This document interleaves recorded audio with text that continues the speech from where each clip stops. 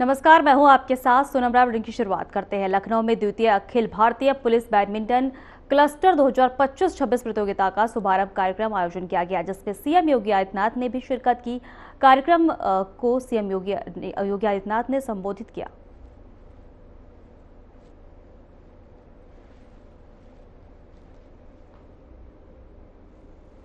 भारत माता की जय। भारत माता की जय।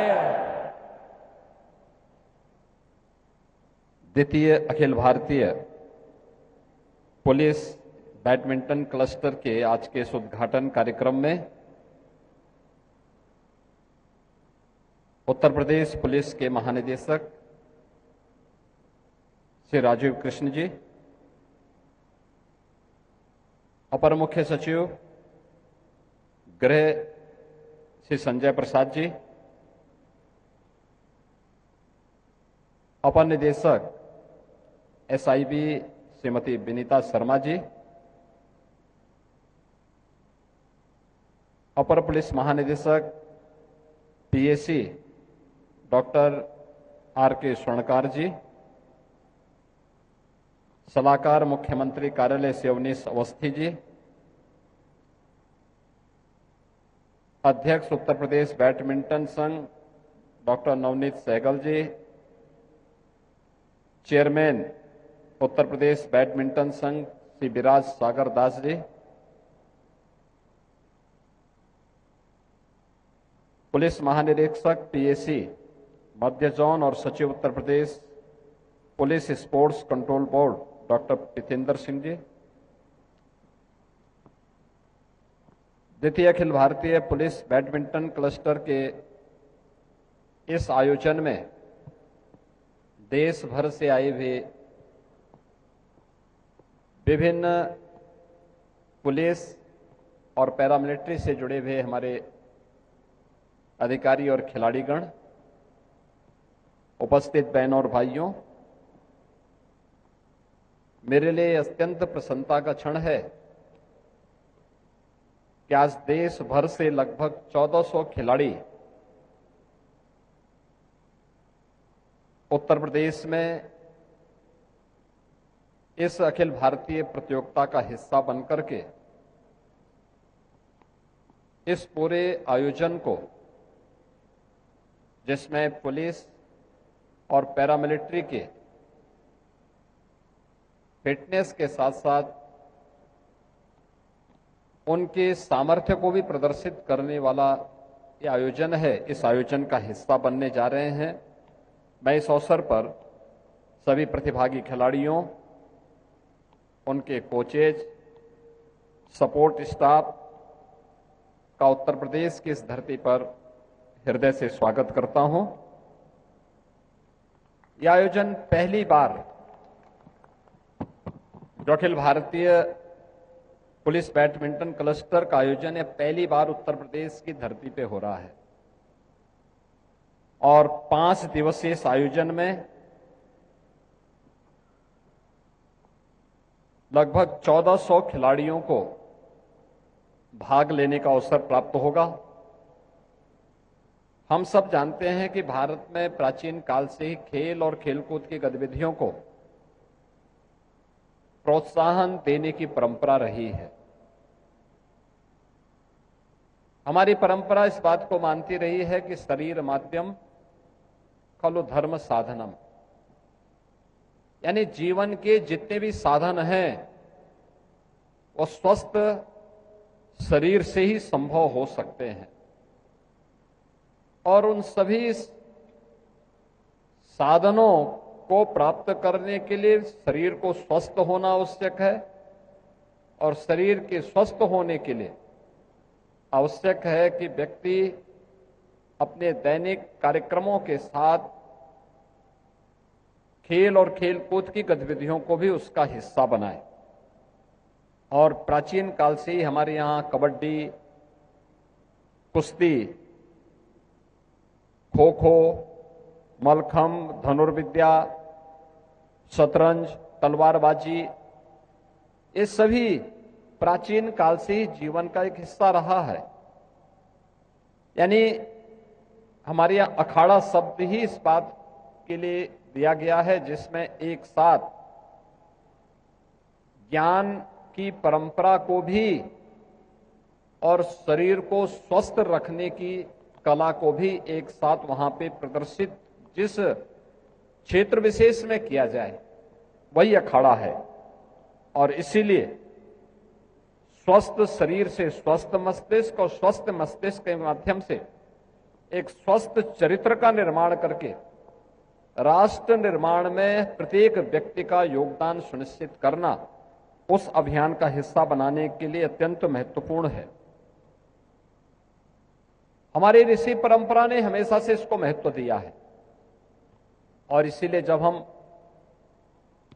भारत के प्राचीन धर्म ग्रंथों का अवलोकन करते हैं, अर्जुन का जब हम उल्लेख करते हैं तो अर्जुन का मतलब एकाग्रता, अनुशासन और समर्पण का जो प्रतीक है वही अर्जुन है। यानी खेल के लिए इन भावनाओं का महत्व अपने आप में ही हम सबके सामने उतना ही महत्व रखता है। जब हम मल्ल युद्ध की बात करते हैं तो बलराम जी और भीम जी का भी उल्लेख हम लोगों को स्मरण हो पड़ता है। यानी बलराम जी का मतलब शक्ति और संतुलन का प्रतीक। गदा युद्ध में शक्ति भी है, रणनीति भी है, पराक्रम भी है। और आज मुझे प्रसन्नता है कि डबल इंजन सरकार खेल के इन प्राचीन विधाओं से प्रेरणा प्राप्त करते हुए ये सभी कार्यक्रम प्रभावी ढंग से आगे बढ़ाने का कार्य कर रही है। उत्तर प्रदेश जो भारत की आबादी का सबसे बड़ा राज्य है, 25 करोड़ की आबादी इस राज्य में निवास करती है। 25 करोड़ की आबादी में 56% आबादी ऐसी है जो हमारे पास एक वर्किंग फोर्स है, यानी युवा है। और पॉपुलेशन डिविडेंड जितनी स्वस्थ होगी उतना ही बेहतरीन परिणाम वह हम सबको प्रस्तुत करेगा। खेल के मैदान में जो पाठ पढ़ाए जाते हैं वह पाठ्य पुस्तकों में मिलना कठिन होता है, क्योंकि वहां जो व्यावहारिक रणनीति खेल के बारे में, खेलकूद की गतिविधियों के बारे में बताए जाएंगे, वह सैद्धांतिक रूप से पुस्तकों में मिलना बहुत कठिन होता है। खेल के मैदान में जिस अनुशासन के बारे में सीखा जाता है, जिस दृढ़ संकल्प और समर्पण के बारे में एक खिलाड़ी को तैयार किया जाता है और उसके माध्यम से एक ऐसे व्यक्तित्व को तराशने का कार्य होता है जो राष्ट्र के लिए सशक्त और सुरक्षित और उसे विकसित करने की दिशा में भी एक महत्वपूर्ण कड़ी बन सकता है। बैडमिंटन और टेनिस दोनों ही खेल में एकाग्रता भी चाहिए, त्वरित निर्णय की भूमिका भी इसमें उतनी ही महत्वपूर्ण होती है। खेल के माध्यम से सीखे गए ये वो स्किल हैं जो हमें आपदा प्रबंधन के साथ साथ विपरीत परिस्थितियों में उन परिस्थितियों का मुकाबला करने के लिए तैयार करते हैं। हर मेडल के पीछे संघर्ष और कभी हार न मानने का संकल्प की एक कहानी होती है।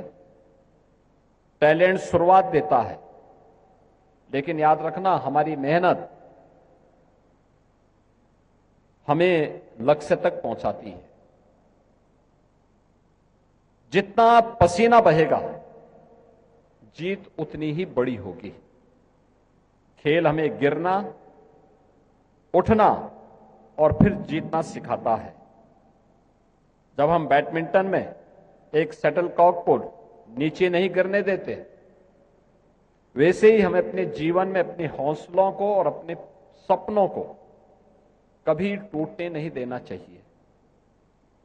हर खेल में स्टेप और शॉट का ध्यान जरूरी है।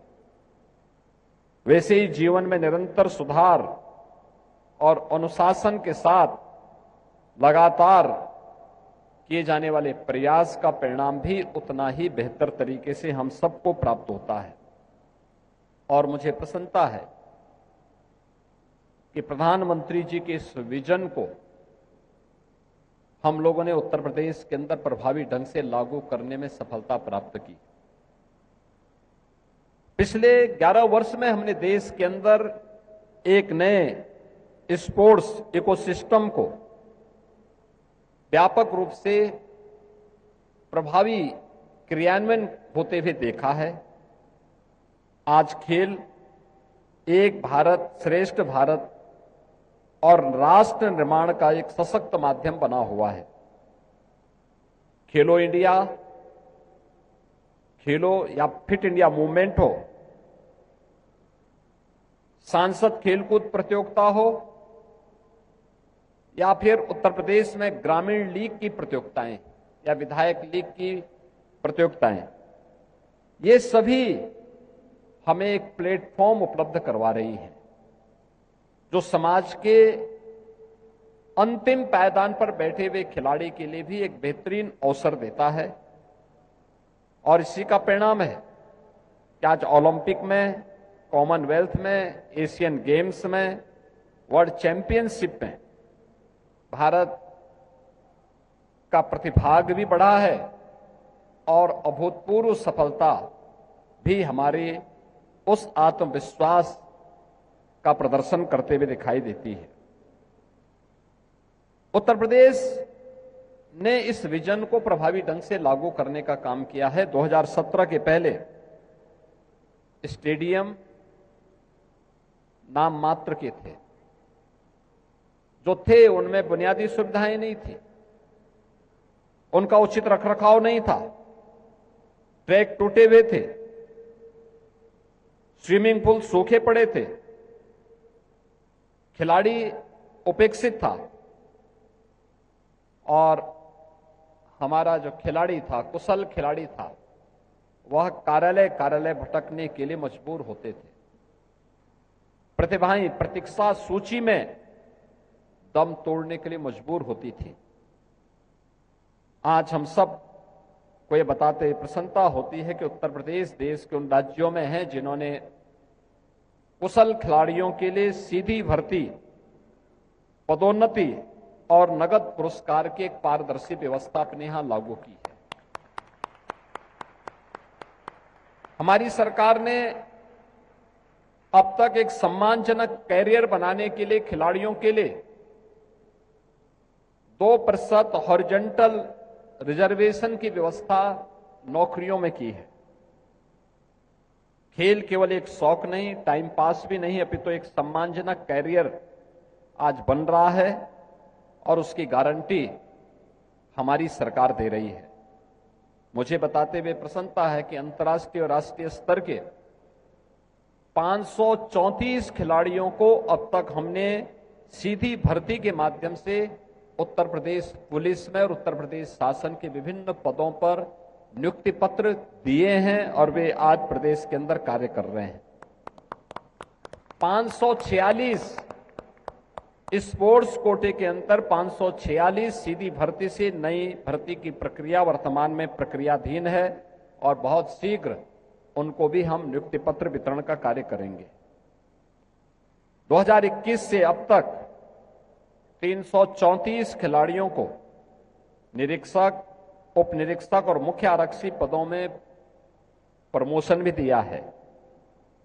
टोक्यो और पेरिस ओलंपिक में भारतीय हॉकी टीम के सदस्य जिन्होंने भारत को मेडल दिलाने में महत्वपूर्ण भूमिका का निर्वहन किया था, श्री ललित उपाध्याय और राजकुमार पाल को हमने उत्तर प्रदेश पुलिस में सीधे डिप्टी एसपी का पद दिया है।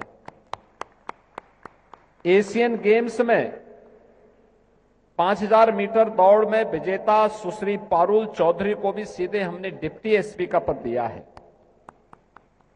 एशियन चैंपियनशिप 24 और 2024 एवं 2025 में गोल्ड मेडल विजेता महिला आरक्षी प्रियांशी प्रजापति एवं पुष्पा को आरक्षी से सीधे निरीक्षक के पद पर भी हम लोगों ने प्रमोशन देने का कार्य किया है। ये नाम सूची मात्र नहीं है, ये विश्वास के साक्ष्य हैं जो आज खाकी और खेल के बीच एक अटूट रिश्ता बन चुका है। हर ग्राम पंचायत में खेल का मैदान, हर ब्लॉक स्तर पर एक मिनी स्टेडियम, हर जनपद में एक स्टेडियम, जिससे प्लेटफॉर्म को जो एक प्लेटफॉर्म टैलेंट को प्राप्त हो सके और एक मजबूत इकोसिस्टम तैयार हो सके। आज ये कार्य हम उत्तर प्रदेश के अंदर प्रभावी ढंग से आगे बढ़ाने का कार्य कर रहे हैं। आज प्रदेश के अंदर कोई भी खिलाड़ी जो देश के लिए मेडल जीतता है, उसको भी उत्तर प्रदेश सरकार बेहतरीन अवसर देती है। उत्तर प्रदेश के खिलाड़ी जो प्रतिभाग करने वाले हैं, उनको भी सपोर्ट करती है। जो मेडल जीत के आते हैं, उन्हें भी सरकार की ओर से अतिरिक्त इंसेंटिव देने का काम और प्रदेश सरकार के पुलिस में या फिर अन्य विभागों में भी उनके सफलतापूर्वक समायोजन के कार्यक्रम को सरकार आगे बढ़ाने का कार्य सफलतापूर्वक आगे करती है। और इसी का परिणाम है कि आज हम उत्तर प्रदेश के अंदर एक बेहतरीन खेल संस्कृति को, जो प्रधानमंत्री जी के विजन को प्रभावी ढंग से लागू कर रहा है, उसको आगे बढ़ाने में सफल हो रहे हैं। और मुझे प्रसन्नता है कि Akhil Bharatiya police badminton cluster, badminton एवं टेबल टेनिस महिला एवं पुरुष की इस प्रतियोगिता में, जो 2025-26 की प्रतियोगिता है, इस प्रतियोगिता में आप सभी जो प्रतिभागी टीमें भाग ले रही हैं, उनके कोचेज, सपोर्ट स्टाफ्स, ये सभी भाग ले रहे हैं। उन सब का मैं इस अवसर पर स्वागत करता हूं और विश्वास करता हूं कि अगले 5 दिनों तक ये प्रतियोगिता खेल और खेल संस्कृति को प्रभावी ढंग से आगे बढ़ा करके उत्तर प्रदेश के युवाओं के लिए एक नई प्रेरणा बन पाएगी। आप सबके इस आयोजन के लिए मैं एक बार फिर से आपका स्वागत करते हुए इस पूरे आयोजन के प्रति अपनी शुभकामनाएं देता हूं। धन्यवाद। जय हिंद।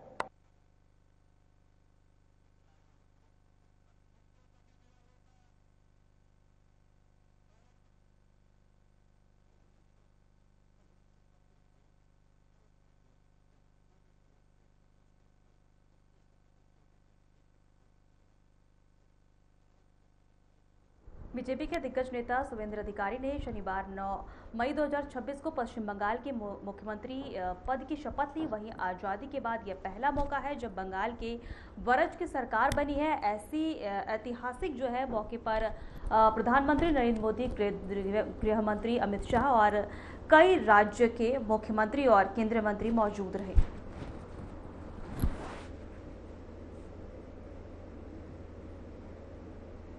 আমি শুভেন্দু অধিকারী ঈশ্বরের নামে শপথ করিতেছি যে বিধি দ্বারা স্থাপিত ভারতের সংবিধানের প্রতি আমি অকৃত্রিম নিষ্ঠা ও আনুগত্য পোষণ করিব। আমি ভারতের সার্বভৌমত্ব ও অখণ্ডতা রক্ষা করিব। পশ্চিমবঙ্গ রাজ্যের মুখ্যমন্ত্রী রূপে আমার কর্তব্যসমূহ নিষ্ঠাপূর্বক এবং বিবেকসম্মতভাবে নির্বাহ করিব এবং ভয় বা পক্ষপাত, প্রীতি বা বিদ্বেষ রহিত হইয়া সকল শ্রেণীর জনগণের প্রতি সংবিধান ও বিধি অনুসারে ন্যায় আচরণ করিব।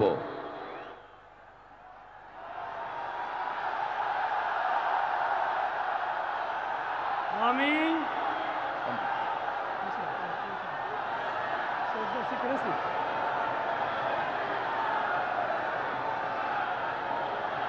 আমি শুভেন্দু অধিকারী ঈশ্বরের নামে শপথ করিতেছি যে পশ্চিমবঙ্গ রাজ্যের মুখ্যমন্ত্রী রূপে যে কোনো বিষয় যাহা আমার বিবেচনার জন্য আনীত হইবে বা আমি জ্ঞাত হইব, তাহা মুখ্যমন্ত্রী রূপে আমার কর্তব্যসমূহের যথাযথ নির্বাহের জন্য যেরূপ আবশ্যক হইতে পারে তদ্গতিকে আমি প্রত্যক্ষ বা পরোক্ষভাবে কোনো ব্যক্তি বা ব্যক্তিগণের নিকট জ্ঞাপন করিব না বা প্রকাশ করিব না।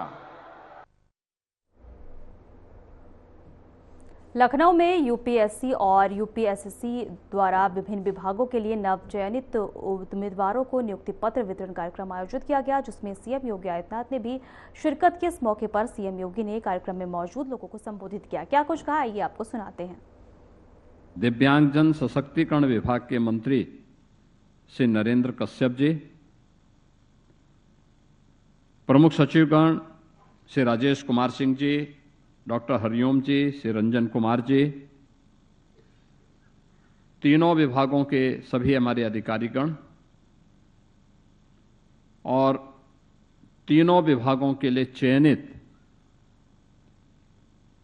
जो हमारे अभ्यर्थीगण हैं, उनके परिवार के सदस्यगण हैं, मैं इन सबको आज चयन की इस पूरी प्रक्रिया के उपरांत नियुक्ति पत्र वितरण के अवसर पर प्रदेश सरकार की ओर से हृदय से बधाई देता हूं, अपनी शुभकामनाएं आप सबके प्रति व्यक्त करता हूं। मुझे प्रसन्नता है कि प्रधानमंत्री मोदी जी के मिशन रोजगार के अंतर्गत जो पिछले कई दिनों से हम अलग अलग विभागों के नियुक्ति पत्र वितरण के कार्यक्रम को संपन्न कर रहे हैं, आज उस श्रृंखला में यहां पर उत्तर प्रदेश लोक सेवा आयोग के द्वारा चयनित आयुष विभाग के प्रोफेसर, रीडर, स्टाफ नर्स, चिकित्सा अधिकारी के 202 पदों पर आज नियुक्ति पत्र वितरित हो रहा है। व्यावसायिक शिक्षा और कौशल विकास विभाग में 272 अनुदेशकों को नियुक्ति पत्र वितरित हो रहा है और दिव्यांगजन कल्याण विभाग के 7 कार्मिकों को भी आज यहां पे नियुक्ति पत्र वितरित हो रहा है। यानी कुल 481 प्रदेश के नौजवानों को उनके सपनों को उड़ान देने के लिए, उनके माता पिता, उनके अभिभावकों के सपने को साकार करने के लिए आज यह एक अवसर नियुक्ति पत्र वितरण का है। इस अवसर पर मैं आप सबको, आपके परिवार के सदस्यों को हृदय से बधाई देता हूं, अपनी शुभकामना देता हूं। मैं धन्यवाद देता हूं उत्तर प्रदेश लोक सेवा आयोग और उत्तर प्रदेश अधीनस्थ सेवा चयन आयोग के जो हमारे अध्यक्ष और पदाधिकारी हैं, जो वहां के अधिकारीगण हैं, उनको, जिन्होंने नियुक्ति की इस पूरी प्रक्रिया को पूरे निष्पक्ष तरीके से, पारदर्शी तरीके से संपन्न करके और आज यह अवसर आपके जीवन के सुनहरे अवसर में बदलने का कार्य किया है। याद रखना, आपने पूरी प्रक्रिया में देखा होगा कि आपको कहीं भी सिफारिश कराने की नौबत नहीं आई। हां, वेरिफिकेशन में थोड़ी देर आयुष में जरूर हुई थी और मैंने भी कहा था विभाग से भी और प्रशासन से भी कि भाई इस प्रक्रिया को जब एक बार रिजल्ट निकल गया है तो ससमय उसको आगे बढ़ाने की आवश्यकता है। लेकिन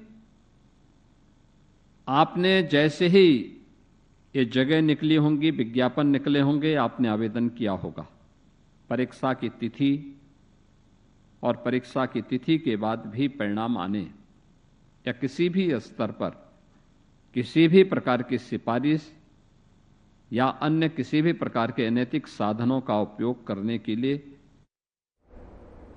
फिलहाल हमारे खास बुलेटिन में इतना ही। नमस्कार।